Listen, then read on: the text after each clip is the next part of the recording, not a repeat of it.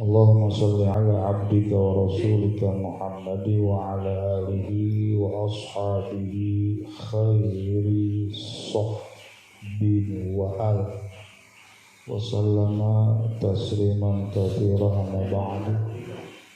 Usikum ibadallah wa iyaya bitaqwallahi wa bita'atih wa bimudawamati dzikrillahi tsabitil musalsal ila Rasulillah sallallahu alaihi wa alihi wasallam. Itu qala afdalu ma qultu ana wan nabiyyuna min qabli la ilaha illallah.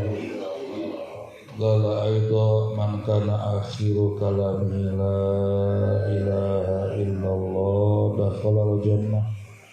Wa qala aidha jaddidu imanakum bi kathrati qaul la ilaha illallah. Segala puja dan puji syukur di setiap detak jantung kita, tarikan nafas kita, teriring insan ilahi yang membasahi lidah dan memenuhi relung jiwa dengan zikrullah. Rasa syukur dan sedalam-dalamnya kita sampaikan kehadiran Allah Subhanahu wa Ta'ala yang telah banyak mencurahkan karunia dan nikmatnya kepada kita, nikmat hidup dan kehidupan, nikmat sehat walafiat, dan puncak dari segala nikmat adalah nikmat Islam. Dengan melaksanakan syariat, nikmat iman, menempuh tarekat, nikmat ihsan, memandang hidup dengan hakikat. Ketiga nikmat Islam, iman, ihsan, syariat, tarekat, hakikat diikat dengan nikmatul akbar. Nikmat yang paling besar adalah zikrullah, berzikir kepada Allah. Wala zikrullahi akbar wallahu ya'lam ma tasna'un. Zikrullah, berzikir kepada Allah itu adalah akbar, paling besar dari seluruh nikmat-nikmat yang besar. Ibadah pun seluruhnya besar, sedang yang paling besar adalah zikrullah. Seluruh ibadah ruhnya adalah zikir,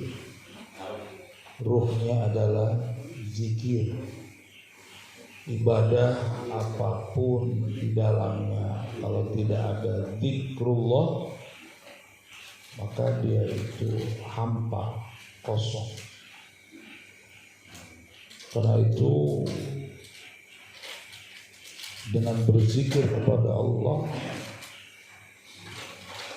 wallahu ya'lamu ma tasna'un, Allah mengetahui apa yang kamu perbuat selama di dunia. Hadratus Syekh Ahmad Sahibul Wafatajul Arif dalam Miftah Sudur juz kedua itu merupakan risalah al-mursyidiyah, risalah tentang mursyid. Jadi beliau pun menulis juz kedua itu, menamakan kitabnya dengan Risalah Mursyidiyah. Ini jarang ikhwan yang sadar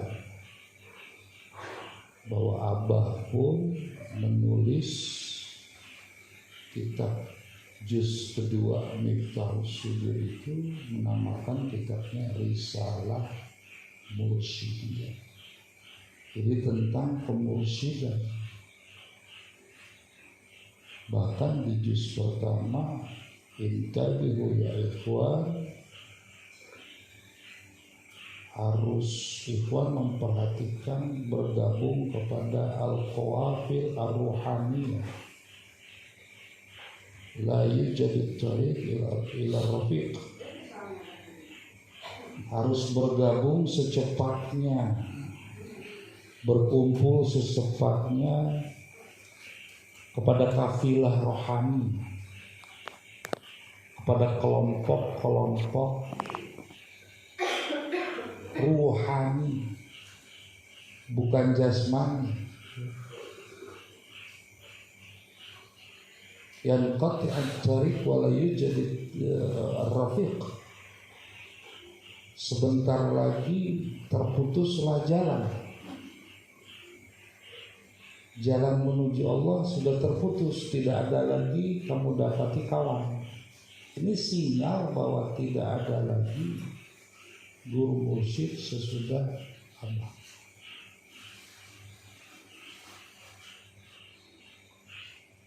Tujuan hidup manusia ini semata-mata ibadah. Wa ma khalaqtul jinna wal insa illa liya'budun ay liya'rifun, kama qala Syekh Muhyiddin Abdul Qadir Al-Jailani. Allah berfirman, aku tidak ciptakan bangsa jin dan bangsa manusia kecuali agar mereka beribadah. Beribadah itu berma'rifat. Ma'rifat mengenal Allah dengan rasa. Rasa itu tumbuh di dalam qalbi, di dalam hati. Sedangkan ilmu itu tumbuh dari akal, pikiran. Ada ilmu zahir, ada ilmu batin. Ilmu zahir itu ilmu syariat, ilmu raga, ilmu fisik, ilmu yang nampak. Ini yang mungkin disabdakan Rasul, balighani walau ayat, sampaikanlah olehmu dariku walaupun satu ayat. Bukan semua ilmu yang harus disampaikan. Ilmu zahir, ilmu syariat, ilmu yang nampak, ilmu raga, ilmu fisik, syahadat, sholat, zakat, saum, haji, itu ilmu yang zahir. Membaca Al-Quran harus cari guru, itu yang harus nampak, yang harus disampaikan. Ada ilmu batin, ilmu yang gak wajib disampaikan karena kita bukan haknya untuk menyampaikan. Ketika bapak dan ibu mendapatkan talqin zikir, talqin zikir itu bukan ilmu, bukan ilmu zahir, maksud saya bukan ilmu nampak, bukan ilmu yang terlihat. Ketika bapak dan ibu mendapatkan talqin zikir dari guru mursyid, mursyid adalah nur Allah, cahaya Allah. Jadi mursyid itu cahaya Allah, nur Allah. Semua nabi itu mursyid. Sesudah Nabi Muhammad tidak ada nabi lagi kecuali wali-wali Allah. Di antara wali-wali Allah ada yang mendapat nur Allah. Itulah yang disebut mursyid. Ketika bapak dan ibu mendapatkan talqin, itu adalah transfer spiritual, rohani. Nggak mesti dipahami, dan memang susah untuk dipahami. Nah, ibu bapak sudah tahu tuh ilmunya zikir tuh seperti itu. Ini ikhwan semuanya ya? Udah talqin semua kan? Enggak ada kan yang talqin? Ada gak? Hah, Bu? Udah ya? Iya. Ibu, Bapak udah diajarkan an yatakhayyal tahta surah ila dimam, mengimajinasikan, menghayalkan dari bawah pusar terus sampai ke dada, sampai ke otak. Nah, ilmu ini nggak boleh disampaikan, haram itu. Haram untuk disampaikan karena bukan hak ibu dan bapak, kecuali kepada yang sudah mendapatkan talqin. Nah, untuk bisa mencapai ibadah tadi, ibadah itu adalah ma'rifatullah. Yang namanya ibadah itu ma'rifatullah, mengenal Allah dengan rasa yang ada di dalam qalbu.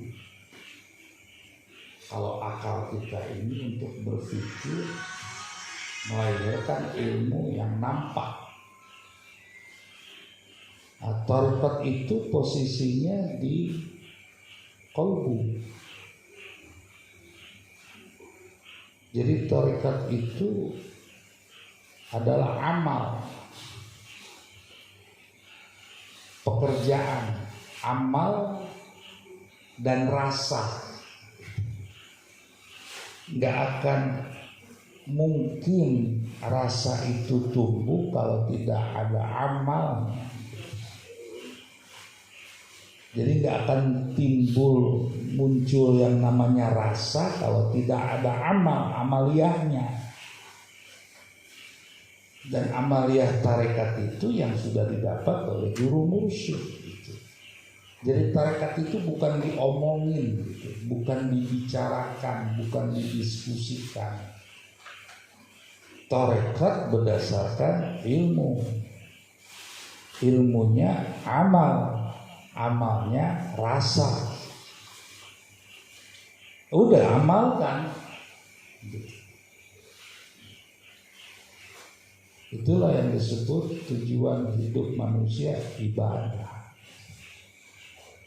Ini malam sofar manqobah yang dibacakan tadi adalah di zaman Kanjeng Syekh Abdul Qadir Jailani. Ada wabah taun, kolera, penyakit yang mematikan, melebihi daripada COVID, lebih dahsyat daripada COVID.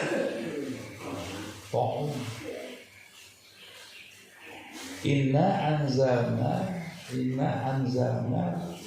rihan sarsaran fi yaumin nahsin mustamir. Itu ayatnya.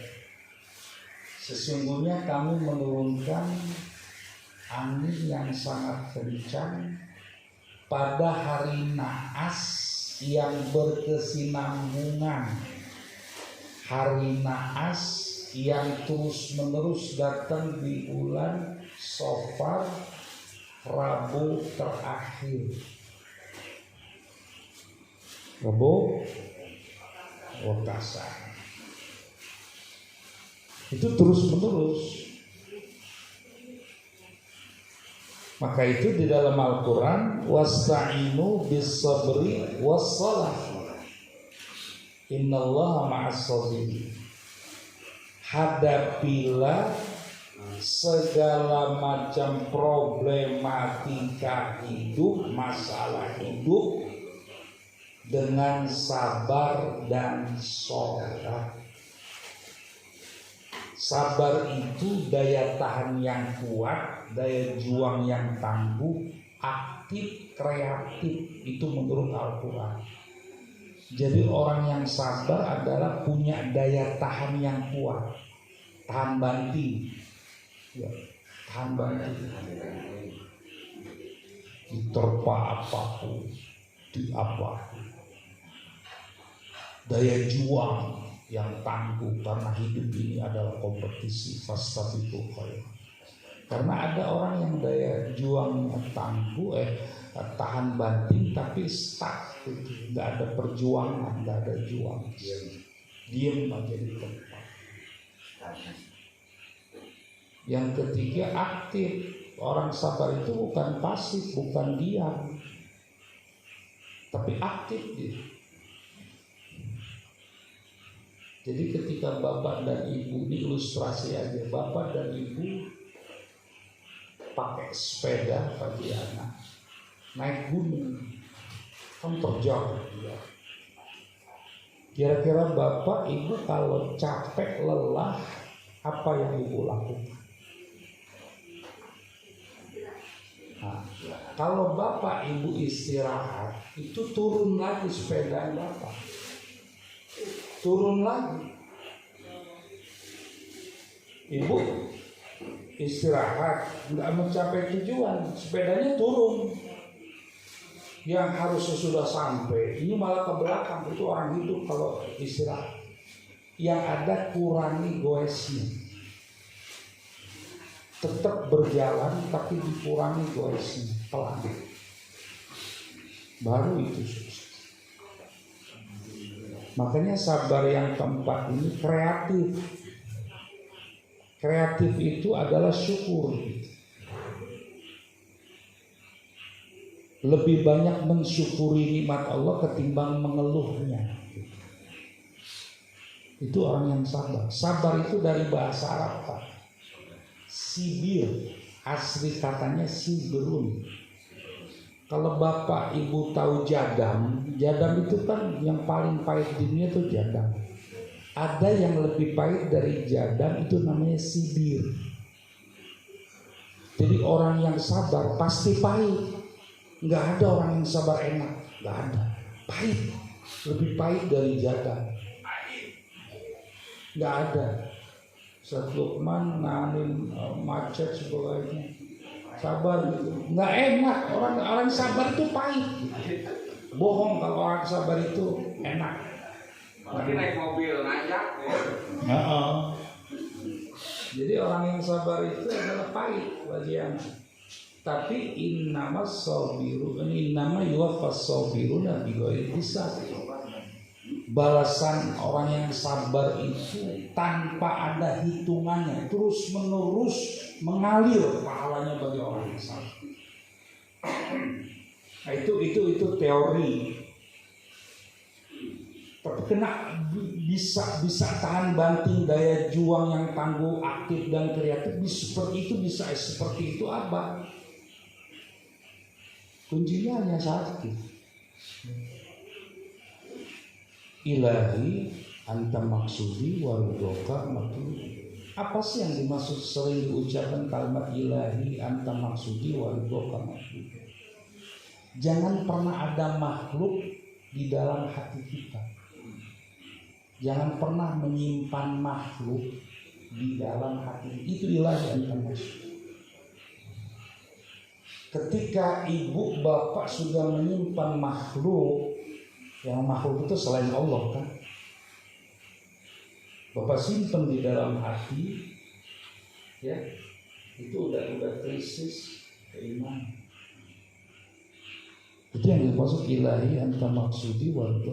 Jadi orang tidak bisa khusyuk dalam sholat, khusyuk dalam segala-galanya. Kuncinya hanya satu.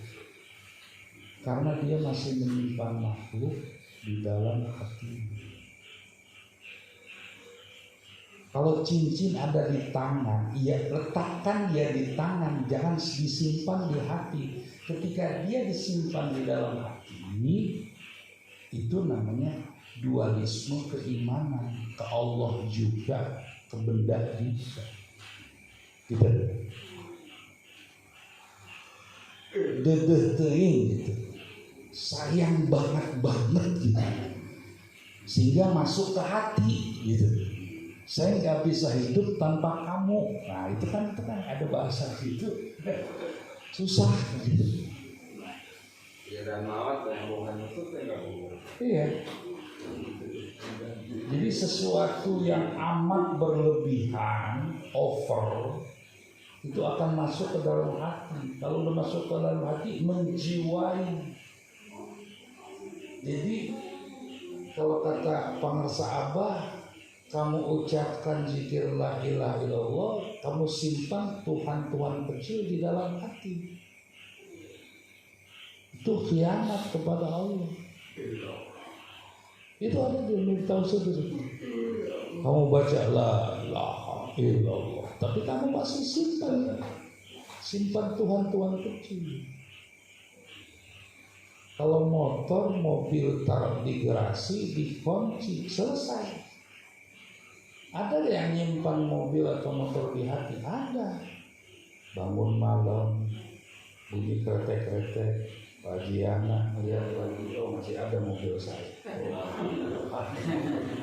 Udah karena disimpan itu disimpan di dalam hati. Mulai itu, apapun dah. Ibu silakan pakai gelang emas, kalung emas, cincin emas, adanya di adanya di tangan, ya. Jangan simpan di hati. Yang di hati itu summa ilahi anta maksud Allah aja, jangan yang lain. Ketika itu masuk ke dalam hati kita karena cinta berlebihan, itu yang membuat manusia tidak mencapai khusyuan. Itulah guru agung mengajarkan tidak ada amal yang paling utama kecuali zikir. Bukan berarti nggak perlu sholat, nggak perlu zakat, ini salah. Rohnya dari semua ibadah itu zikir. Sumber dari kesuksesan zikir. Sumber dari kemenangan zikir. Zikir ini sendirilah yang menguatkan manusia mendapat kemenangan, kesuksesan, ilmu laduni, ilmu yang tadinya kita nggak bisa tiba-tiba bisa. Semua sumbernya di situ.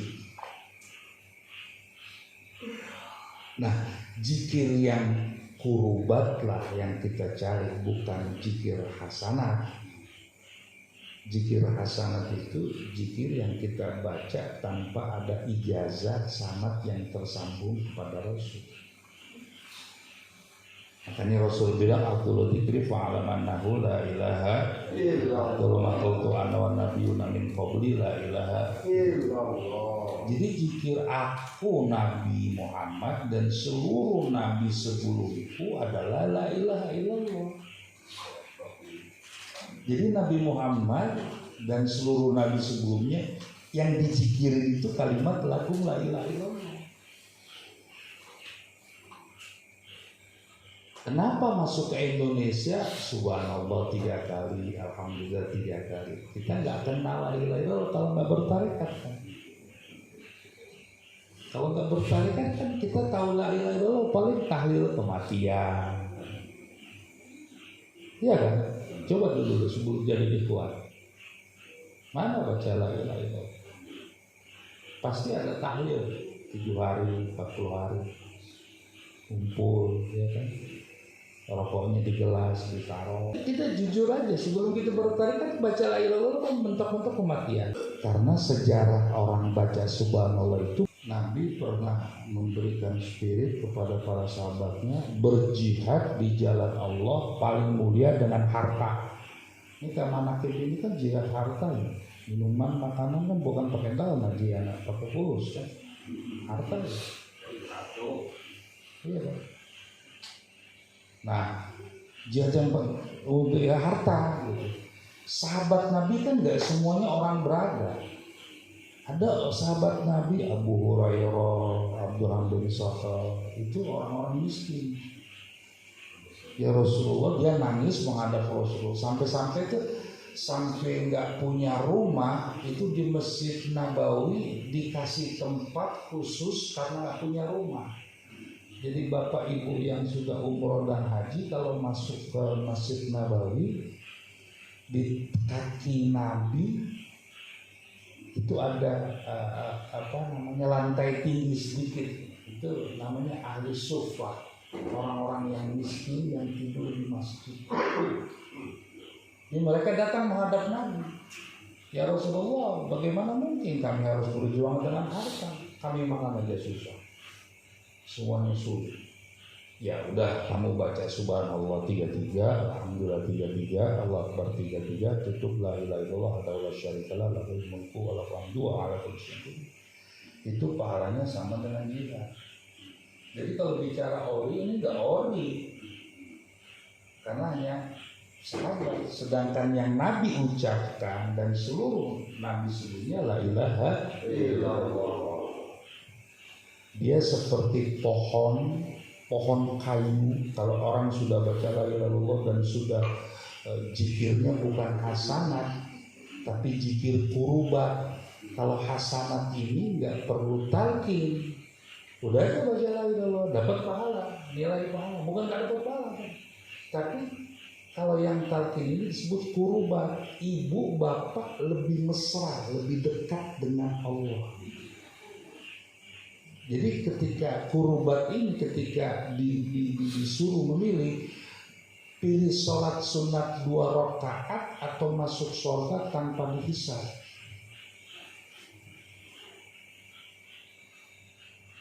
Kalau masuk surga tanpa dihisab itu maksud kene. Ya pilih sholat sunat. Sholat sunat 2 rakaat yang aku pilih. Bahkan penduduk surga itu nanti dia kepengen balik ke dunia karena kurang banyak zikirnya. Ya Allah, kembalikan aku ke dunia. Kenapa? Zikirku kurang banyak. Karena zikirnya kurang banyak, dia minta dibalikin ke dunia. Saking hebatnya kekuatan zikir. Nah, ini kurubat yang langsung dapat dari Rasulullah ke sahabat terus sampai ke abaannya. Ini kurubat, maka disebut tariqah antara seorang hamba dengan Allah Ma'bud. Harus ada jalan yang ditempuh. Jalan yang ditempuh itulah bernama tariqah. Selama dia tidak menempuh jalan itu nggak akan sampai ke Allah. Sekalipun hafal Quran, sekalipun hafal hadis, sekalipun nggak akan sampai. Nah itu kekuatan yang disebut tariqah. Nah, musibah yang datang, bencana yang datang di bulan Safar terutama ini, karena dunia ini tempatnya bala. Dunia darul bala. Dunia ini tempatnya cobaan, tempat bala, tempat bencana, segala macam problem ada pasti dunia. Kalau bapak ibu hidup itu mulus, itu semua bonus dari Allah. Camkan baik-baik. Hidup itu adalah bala, cobaan, bencana. Itu ini. Kalaupun nanti hidupnya kok santai-santai saja, nikmat mulus saja, itu semua bonus dari Allah. Jadi jangan pernah ngarapin bonus. Idza aradallahu an yarhama 'abdahu ibtalah. Bila Allah berkenan memberikan cintanya kepada hambanya, maka dicobanya dulu. Ada cobaan, ujian, ada teguran, ada azab. Tuh segitiga, Bu. Ya. Ada cobaan, ujian, ada teguran, ada azab. Kitanya di tengah-tengah. Segitiga itu ada ujian, cobaan, teguran, azab. Segitiga kan di tengah-tengah kita. Senang, susah, sehat, sakit. Itu silih berganti. Bukan berarti sehat bukan ujian. Ujian juga, senang juga ujian. Gitu. Liya beluani am ashkur am akfur. Jadi untuk menguji aku, kata Nabi Sulaiman, apakah aku pandai bersyukur Allah kufur. Nah, orang yang sudah ditalkin kalimat la ilaha illallah, alam tara kaifa daraballahu mathalan kalimatan thayyibatan kasyajaratin. Ya. La ilaha illallah itu seperti pohon yang rindang, yang daunnya banyak, yang cabangnya banyak. Kalau pohon itu kayu kuat, terhujam akarnya ke dalam tanah, itu diterjang angin apapun dia tetap kokoh. Itu lebih kuat. Karena dia punya la ilaha illallah. Bagaikan pohon kayu. Pohon kayu itu kan akarnya tertajam, terhujam kemana? Ke dalam tanah. Kuat, itu kalimat la ilaha illallah bagaikan pohon kayu. Jadi diterjang apapun senyum dia. Yang kedua, daunnya rindang, sejuk, nggak kepanasan, nggak kegerahan, karena daunnya itu ciri lah itu. Yang ketiga, berbuah, ada buahnya, ada hasil. Maka itu walanabluwannakum bisyai'in minal khaufi wal ju'i wa naqsin minal amwali wal anfusi wat thamarat wa basyiris sabirin alladzina idza asabatuhum musibah qalu inna lillahi wa inna ilaihi raji'un. Sungguh kami Allah selalu pasti benar-benar menguji kamu. Tuh kalau diterjemahkan, sungguh benar-benar kami selalu menguji kamu, orang yang beriman. Nah, kalau sebutan kamu itu pasti orang beriman. Bisyai'in, dengan sesuatu, di antaranya minal khaufi wal ju', rasa takut, rasa cemas, ya. Pensiun masih 5 tahun, NPP mati pelan-pelan, udah bingung dia. Nanti kalau saya pensiun begini, udah ketakutan. Cinta banget sama anak, sayang banget sama anak, terlalu overprotective. Tahu gak overprotective? Nanti kamu kalau sekolah hati-hati, ya. Jangan mudah percaya sama orang yang gak dikenal. Kalau orang yang gak dikenal, kamu harus tanya dulu.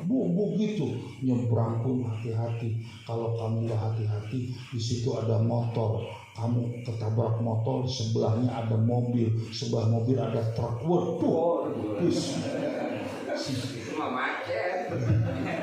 jadi parno gitu, jadi ketakutan. Bener kan sudah singkat doang. Kalau makan tuh hati-hati, kalau kamu nggak hati, terlalu overprotective,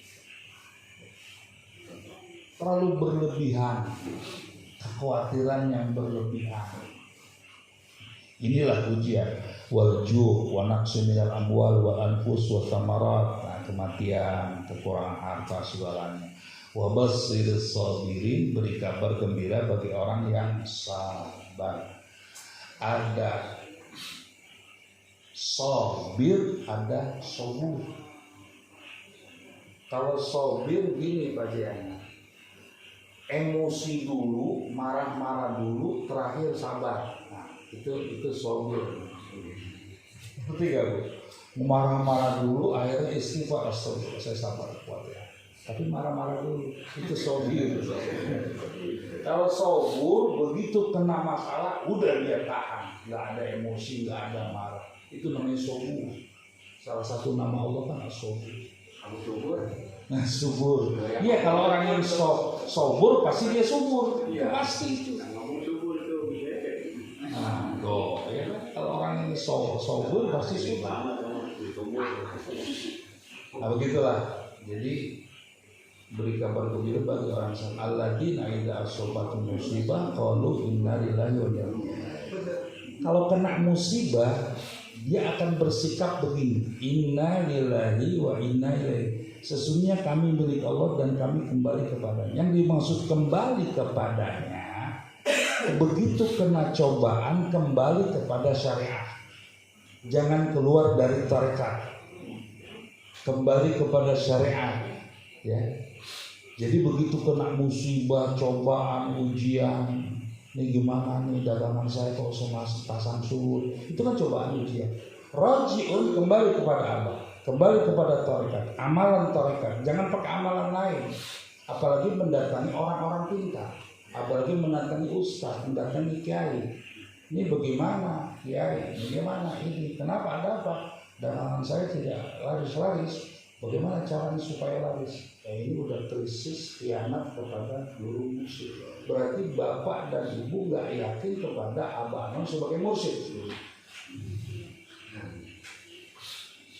Semuanya kan udah zikir sudah diberikan oleh abah. Sesudah sholat fardu jangan tinggalkan. Khotaman sudah, manakib sudah. Begitu diterpa ujian, Roji'u itu artinya wa'tasimu bihablillah, kembali kepada abah, kembali kepada amalan. Nah, ketika dia kalau dicampur gimana bos, amalan juga orang pintar juga. Ya kalau dicampur antara hak dan batil, yang menang yang batilnya, haknya nggak menang.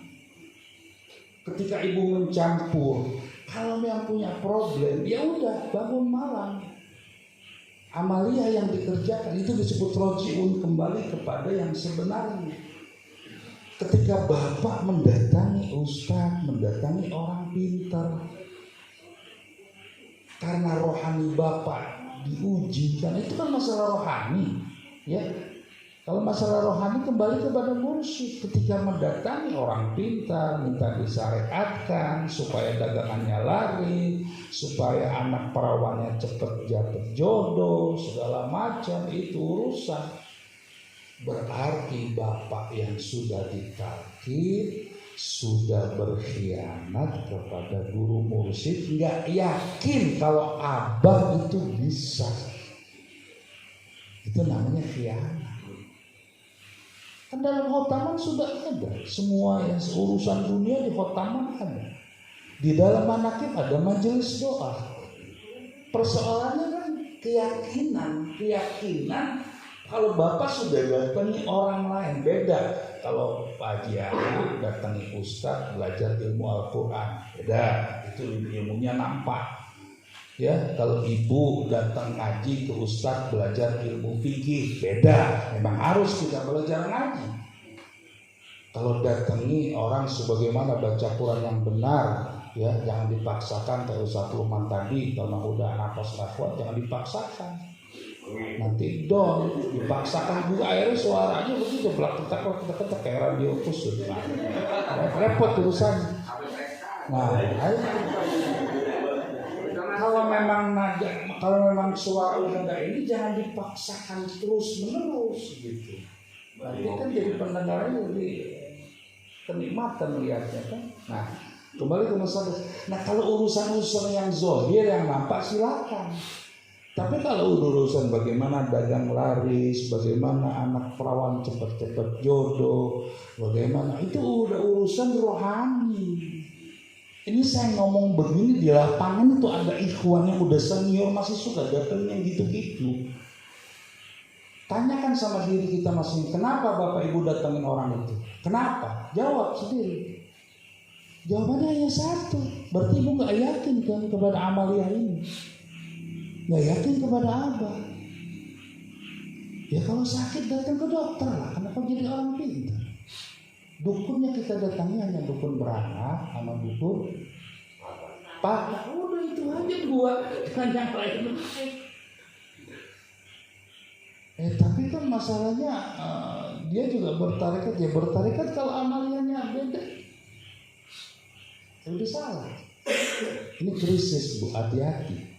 Kita harus yakin kepada guru mursyid. Dia disebut wa inna ilahi raji'un, kembali kepada syariat, kembali kepada tarekat, bukan kemana-mana. Itu yang disebut raji'un. Baru dapatkannya ulaika alaihim shalawatun mir rabbihim wa rahmah wa ulaika humul muhtadun. Kalau ibu bapak sudah bisa seperti itu, kembali kepada tarekat, kembali kepada abah, akan mendapat ampunan Allah. 2, rahmatnya. 3, dapat dibimbing terus oleh Allah. Itu kuncinya. Makanya Allah mengingatkan kita, wasbir nafsaka ma'al ladzina yad'una rabbahum bil ghadati wal 'ashiyyi yuriduna wajha wa la ta'du 'ainaka 'anhum turidu zinatal hayatid dunya wa la tuti' man aghfalna qalbahu 'an dzikrina wattaba'a hawahu wa kana amruhu furata. Sabarkan, tahan nafsumu, sabarkan dirimu, selalu bersama ikhwan, mengamalkan zikir, khotaman, manakib.